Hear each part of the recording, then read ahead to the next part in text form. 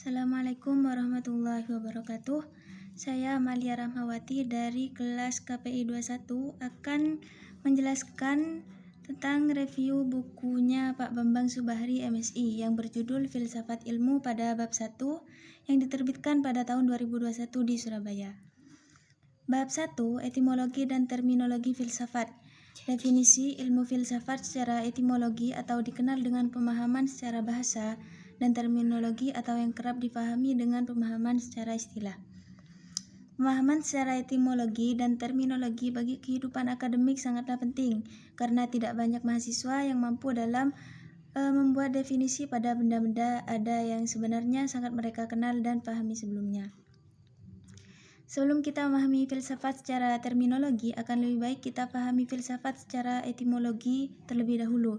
Filsafat berasal dari dua kata Yunani, yaitu philia dan sophia. Philia artinya cinta dan sophia adalah kebijaksanaan.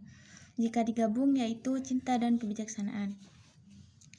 Namun sementara filsafat secara terminologi sebagaimana pendapat para ahli mengenai definisi tersebut, yaitu menurut Socrates, filsafat adalah suatu peninjauan diri yang bersifat reflektif atau perenungan terhadap asas-asas kehidupan yang adil dan bahagia.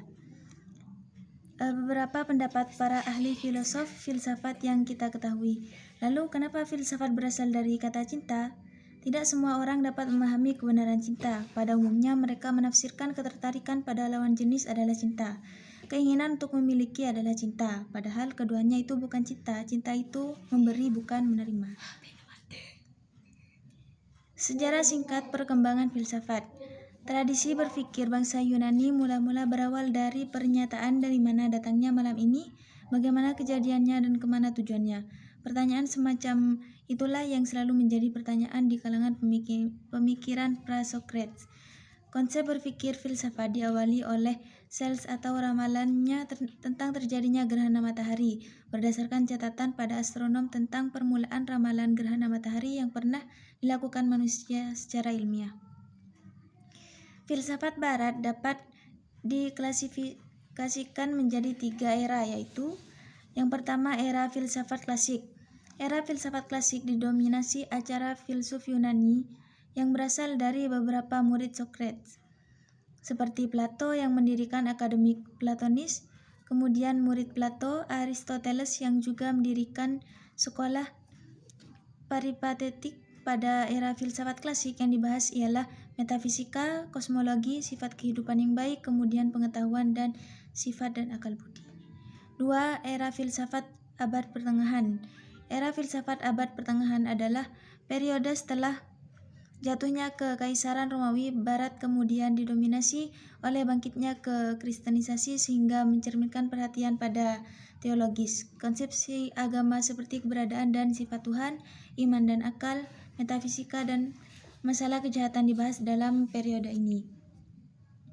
3. Era filsafat modern. Pada masa ini merupakan penyempurnaan ilmu pengetahuan di bidang seni, sains, dan teknologi. Pada abad ke-20 telah menjadi saksi perpecahan antara filsafat analitik dengan filsafat kontinental, tren filosofis seperti fenomenologi, eksistensialisme, dan linguistik. Namun demikian, bagi perkembangan ilmu pengetahuan di Indonesia merupakan awal dari bangkitnya kaum santri yang mendobrak takbir-takbir metafisik sebagai ilmu ilmiah yang belum pernah terpecahkan dengan mengungkap rahasia Al-Quran. Sekian review buku Pak Bambang Subahri MSI. Apabila ada kekurangan, salah kata, saya mohon maaf. Wassalamualaikum warahmatullahi wabarakatuh.